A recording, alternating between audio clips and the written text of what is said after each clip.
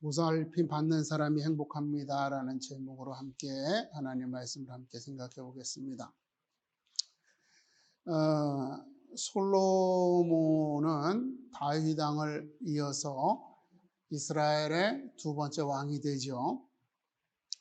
솔로몬이 왕이 되었을 때, 그리고 이 솔로몬을 이스라엘의 왕으로 선포하였을 때, 솔로몬 바로 위에 형이 있었어요. 그 아도니아라고 하는 사람인데, 이 사람은 겁을 먹고 하나님의 제단으로 피신했습니다. 그리고 그 제단에 있는 제단뿔을 붙잡고 버텼어요. 왜냐하면 제단에는 함부로 들어가면 안 되거든요. 그래서 그 일반인들이 들어가면 안 되기 때문에 빨리 나오라고 하니까 그 제단뿔을 붙잡고 버티면서 뭐라고 얘기를 하냐면, 솔로몬이 내 생명을 해치지 않겠다고 맹세하면 내가 제단에서 나가겠다, 이렇게 말합니다. 자, 이 말을 전해들은 솔로몬은 이제 그 아도니아에게 말을 전하죠. 너의 머리카락 하나라도 땅에 떨어지지 아니할 것이다. 그리고 너에게 악을 행하는 자는 악을 갚고 너에게 선을 행하는 자는 내가 선으로 갚겠다. 그러면서 내가 너를 보호하고 내가 너를 돌보고 내가 너를 지켜주겠다라고 이렇게 선포합니다. 그러니까 그제서야 아도니아는 제단에서 나와서 솔로몬한테 가서 인사하고 자기 집으로 돌아갔습니다. 아니, 동생이 왕이 됐다고 해서 이렇게까지 두려워해야 되는가? 사실 여러분, 아도니아가 이렇게 두려워한 것은 이유가 있습니다. 왜냐하면 다윗 왕이 이제 죽을 때가 다 됐다는 거, 위독한 것을 알고는 이제 솔로몬보다 자기가 형이잖아요. 그러니까 당연히 나한테 내가 왕이 되리라 라고 생각을 한 거죠. 사실 솔로몬에게는요, 이 아도니아에게는 위로 더 형이 3명이 되어 있었습니다. 근데 첫째가 누구냐면 암논인데, 이 암논은 자기와 배달은 여동생이죠. 다말을 겁탈을 해요. 그래가지고 이 다말의, 그러니까 배달은 형제죠. 다말의 오빠이며 암논의 배달은 동생인 압살롬이 이 사실을 알고 화가 나서 암논을 죽여버립니다. 그리고 압살롬은 이 사건으로 인해서 다윗에게 징계를 받고 쫓겨났다가 다시 돌아오게 되는데, 다윗이 압살롬을 만나주지 않는 거예요. 그러니까 압살롬이 이 화가 나가지고 아버지가 날 이렇게 미워하는구나 이래가지고 사람들을 꼬드겨가지고 반란을 일으킵니다. 그래서 이 한때는 이 다윗이 예루살렘 성전을 빼앗기고 도망가기까지 했단 말이에요. 그러나 결국은 다윗이 이 압살롬의 반란을 잠재우고 진압하고 압살롬도 또 여기서 처형을 당하게 됩니다. 그래서 이 아도니아 위로 있는 첫째 형과 셋째 형은 이렇게 죽었어요. 그럼 둘째 형이 있잖아요. 근데 둘째 형은 성경에 특별한 기록이 없어요. 어떻게 살았는지. 왜냐하면 그걸 미루어 봐서 봤을 때 이 둘째 형의 어머니가 누구냐면 아비가일이에요. 아비가일은 누구냐면 다윗이 이 도망자 생활을 할 때 이 먹을 것을 구하러 한 집에 들어갔는데, 그 남편이 아주 자기가 잘난 체 하면서 다윗을 내치죠. 먹을 것을 주지 않고. 그러니까 그 사실을 전해들으니 그 부인이 아비가일인데, 야, 이거 큰일 났다. 다윗한테 잘못했다가는 우리가 일가족이 다 몰살당한다. 이래가지고 지혜롭게 행해가지고 남편은 죽고 아비가일은 살아남아요. 그 가족은 살아남고, 아비가일이 그제서야 그 지혜를 인정받아서 다윗과 결혼하거든요. 이 지혜로운 여자의 아들이 둘째 아들인 거예요. 그래서 아마 추측하기는 이 첫째와 셋째의 정치적인 싸움에 끼지 말라고 그렇게 했던 것 같아요. 그러니까 아도니아는 자기 위로 형들은 다 죽고 정치에 관심이 없고, 그러니까 이제 당연히 내가 왕이 되리라고 생각한 거예요. 그리고 신하들도 대부분 다 아도니아가 왕이 될 거다라고 생각하고 아도니아를 부추겼고, 그래서 아도니아가 이제 사람들을, 자기 추종하는 사람들을 다 모아놓고 잔치를 벌이면 내가 이제 왕이다라고. 그런데 다윗은 솔로몬을 선택하고 솔로몬을 왕으로 선포하죠. 그러니까 이거 지금 아도니아는 김칫국 잘못 마셨다가 솔로몬의 왕위를 넘보는 그런 사람으로 낙인 찍혀버린 상황이 본 거예요. 그러니까 여러분, 이거는 여러분 어떻습니까?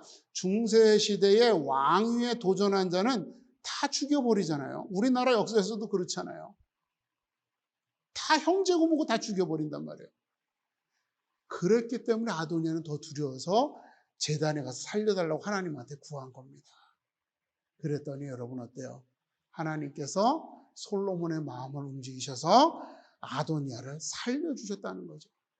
즉, 그리고 이 솔로몬을 통하여 아도니아를 보살펴 주겠다. 내가 살아가는 동안 어떠한 위험도 당하지 않도록 내가 너를 보살펴 주겠다라고 하나님께서 응답하시는 것이다라고 하는 겁니다. 그제서야 이 아도니아는 안심하고 편안한 마음으로 돌아갈 수 있었던 거죠. 여러분, 이렇게 우리가 누군가에게 돌봄을 받는다, 보살핌을 받는다. 이건 굉장히 우리들에게 우리들을 행복하게 하고 만족하게 하고 안심하게 하는 거죠. 그리고 자신의 가치를 뭔가 인정받는 느낌을 주는 거예요. 여러분들 한번 가만히 생각해 보세요. 여러분들 우리 요즘 최근에 얼마 전에 얘기 들으니까 네일샵이 잘 된다면서요. 네일샵을 왜 가요? 네일샵을 왜 가요? 왜 가? 가서 이렇게 내 손을 맡기면 그 사람들이 깎고 갈고 이렇게 다듬고 예쁜 장식 붙여주면서 그러면서 어떻게 해요? 내 손톱 관리해 주면서 내 손톱을 예쁘게 해주잖아요. 그러면 그 손톱이 예뻐지는 것에 대해서 내가 만족하는 거잖아요. 내 손톱을 돌봐주니까 내가 가는 거예요. 그러면서 내 손톱을 돌봐주는 것을 통해서 그 자기의 어떤 존재감을 느끼는 거죠. 마사지 샵을 왜 가요? 스킨케어라고 그러잖아요. 피부 관리 받으러 왜 가요? 그렇게 받으면서 편안한 자세에서 다른 사람들이 나를 위해서 이렇게 날 이렇게 관리해 주는 걸 통해서, 그리고 내 피부가 좋아지는 것을 통해서 자기 만족을 느끼고 행복감을 느끼려고 하는 거잖아요. 누군가 나를 보살펴 줄 때 행복해요. 여러분 지금 가만히 생각해 보세요. 여러분들 인생에서 가장 행복했던 시절이 언제입니까? 아마 기억나지 않겠지만 갓난아기였을 때일 거예요. 울면 엄마가 와서 먹여주고 재워주고 기저귀 갈아주고.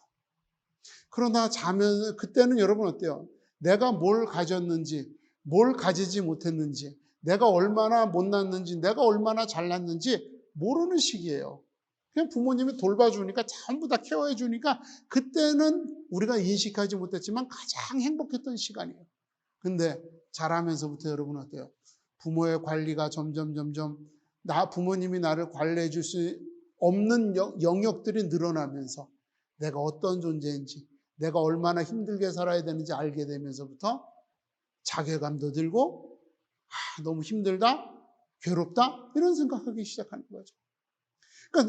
그래서 여러분 결혼하는 게 뭐예요? 남편이 나를 돌봐주고 아내가 나를 돌봐주고 그럴 때 서로 사랑하고 만족하고 그 가정이 행복해지는 거죠. 이처럼 우리는 누군가에게 보살핌을 받을 때 위로를 받고 그 위로 속에서 우리는 행복감을 누리는 겁니다. 그런데 여러분, 우리가 세상에서 받는 이런 보살핌은 여러분 일시적이죠. 네일샵은 한 번 가기 시작하면 계속 가야 돼요. 그죠? 피부샵도 계속 가야지만 돼요. 다이어트도 계속 하러 가야지만 돼요. 일시적이에요. 또 더군다나 이거는요, 나의 경제적인 여건도 보장이 돼야 돼요. 쉽게 말하면 내 형편이 허락돼야지만 돼요. 네일샵을 갈 수 있다는 건 그만큼 내가 여유가 있다는 거죠. 내가 마사지 받으러 간다는 건 그만큼 내가 여유 있는 사람이라는 걸 자기 스스로 느낄 수 있기 때문이란 말이에요. 또 때로는 여러분 어때요? 이게 잘못 돌봐줘요, 이 사람들이. 머리를 깎으러 갔는데 잘못 깎아 놓는다든지, 피부샵을 갔는데 잘못해서 트러블이 난다든지. 여러분 어때요? 그럼 또 기분 나쁘죠? 그러니까 이 사람들의 돌봄은, 보살핌은 잘못될 수가 있어요. 그래서 기분이 상할 수도 있어요. 부모나 형제, 배우자들의 이런 보살핌도 어떤 때는 한계가 있죠. 왜? 부모님도 자기의 삶을 살아야 되기 때문에 자녀들을 100% 케어할 수 없어요. 남편이나 아내도 자기의 삶을 살고 자기의 주관이 있기 때문에 100% 내가 만족하게 케어줄 수가 없단 말이에요. 그래서 여러분 어때요? 사람들은 항상 누군가로부터 보살핌을 받고 그래서 내 가치를 느끼고 내가 위로받았으면 좋겠다는 마음 속에서 여기저기 자꾸 이것저것 해보는 거란 말입니다. 그런데 여러분, 이런 사람들이 추구하고 사람들이 찾아다니는 이런 돌봄, 보살핌과는 달리 우리 하나님께서 돌보시고 보살피시는 이 돌봄은 영원하고 변함이 없고 늘 만족할 수 있도록 보살피시는 겁니다. 그리고 그것을 내가 보살펴 주겠다라고 약속하시는 거예요. 아도니아가 정말 그 솔로몬에게 도전했다가 죽을 수밖에 없는 상황이었지만 하나님 앞에 구했을 때 하나님께서 솔로몬의 마음을 움직여서 그를 보살펴 주겠다라고 다짐하셨던 것처럼 우리가 하나님 앞에 나아가면 하나님께서 우리에게 영원하고 변함이 없는 그리고 늘 만족할 수 있는 보살핌을 주시겠다고 약속하십니다. 그 말씀을 오늘 본문에서 이렇게 표현하는 거죠. 너희에게는 머리털까지 다 세신 바 되었느니. 여러분, 우리 머리카락이 몇 개인지 우리는 알지 못합니다. 그죠? 그런데 하나님은 아신다는 거예요. 그만큼 무슨 말이에요? 하나님께서는 나의 모든 것, 아주 사소한 것까지도 하나님께서는 다 아신다는 거죠. 그래서 내가 무엇을 원하는지 아신다는 거예요. 내가 뭘 기뻐하는지 아신다는 겁니다. 내가 어떠한 형편에 처해 있고 내 사정이 어떤지를 다 잘 알고 계신다는 겁니다. 그래서 뭐 내 상황을 아는 것뿐만이 중요한 것이 아니라 그렇기 때문에 나에게 무엇이 필요한가? 그렇기 때문에 무엇이 나를 즐겁게 할 수 있는가? 그렇기 때문에 무엇이 나에게 유익한가를 다 하나님이 아시고 나에게 제공해 주시겠다라고 말씀하시는 겁니다. 근데 여러분 이거는 우리의 어떤 그 무절제한 욕망을 채워주시겠다는 것은 아니죠. 그런 욕망을 이루도록 방치하시겠다는 건 아닙니다. 여러분 관리한다, 보살핀다 이런 건 뭐예요? 그냥 여러분들 손톱을 저는 이제 손톱을 깎기만 하잖아요. 근데 깎기만 하지 않고 그것도 저는 제 나름대로 관리하는 거죠. 근데 귀찮아서 방치하면 어때요? 손톱이 점점 자라면서 거기에 때도 끼고 시커매지겠죠. 그렇기 때문에 관리한다는 건 어떠한 내가 디자인을 가지고 깎고 다듬고 그리고 그 내가 디자인한 것에 맞춰서 그 디자인에 맞춰서 만들므로써 내가 보기에 마음에 들도록 만든다는 거예요. 그러니까 우리의 욕망을 무조건 다 이루도록 하시는 것이 아니라 하나님께서 가장 우리에게 유익하게 정말 우리에게 꼭 필요하게 우리의 인생을 아름답게 우리의 인생을 디자인하시고 거기에 맞게 깎고 갈고 다듬으신다는 겁니다. 그러다 보니까 여러분 어때요? 우리 요새 뭐 네일샵 가서 하니까 그렇긴 하지만 우리 깎다 보면 잘못 잘라서 아플 때도 있고 상처 나기도 하고 그러잖아요. 그런 상처들도 우리들에게 있을 수 있다는 겁니다. 자, 그러면 이런 보살핌을 받기 위해서 우리가 해야 될 게 뭐냐? 단 하나라는 겁니다. 그것은 하나님을 시인하는 거다라고 하는 거죠. 오늘 본문 보니까 누구든지 사람 앞에서 나를 시인하면 그랬어요. 주님을 시인하라는 거죠. 여러분 시인한다는 말은 어떤 말이냐면요. 그냥 내가 마음속으로 그래 맞아 내 속으로 인정하고 생각하는 게 아니에요. 시인한다는 말은 공개적으로 모든 사람들 앞에서 인정하는 거예요. 이게 시인하는 거죠. 우리가 법정에서 재판을 받을 때 이 사람이 당신의 죄를 인정합니까? 그래서 이 사람이 제 죄를 인정합니다. 이랬을 때 이게 시인하는 거예요. 공식적인 거예요. 개인적인 게 아니고 은밀한 게 아니란 말이에요. 공개적인 거예요. 그래서 공개적으로 공식적으로 하나님을 인정하는 거예요. 하나님이 나의 구원자이심을 고백하는 것이고 사람들 앞에서 그것을 고백하고 찬양하는 겁니다. 이게 시인하는 거예요. 여러분, 이게 쉽진 않아요. 그러다 보니까 많은 사람들이 마음으로만, 생각으로만 시인한다고 생각해요. 내가 믿는 게 시인하는 거라고 생각하는 거예요. 내가 하나님 믿습니다. 하나님 살아계심을 믿어요. 내 속으로 그렇게 생각하는 게 시인하는 거라고 생각해요. 아닙니다. 시인하는 건 공개적인 거예요. 그래서 이게 힘들죠. 왜? 시인했다가 사람들한테 조롱을 당할 수도 있고 비아냥을 거릴 수도 있고 사람들이 나를 내가 예수 믿는다는 것 때문에 나를 이용할 수도 있는 거죠.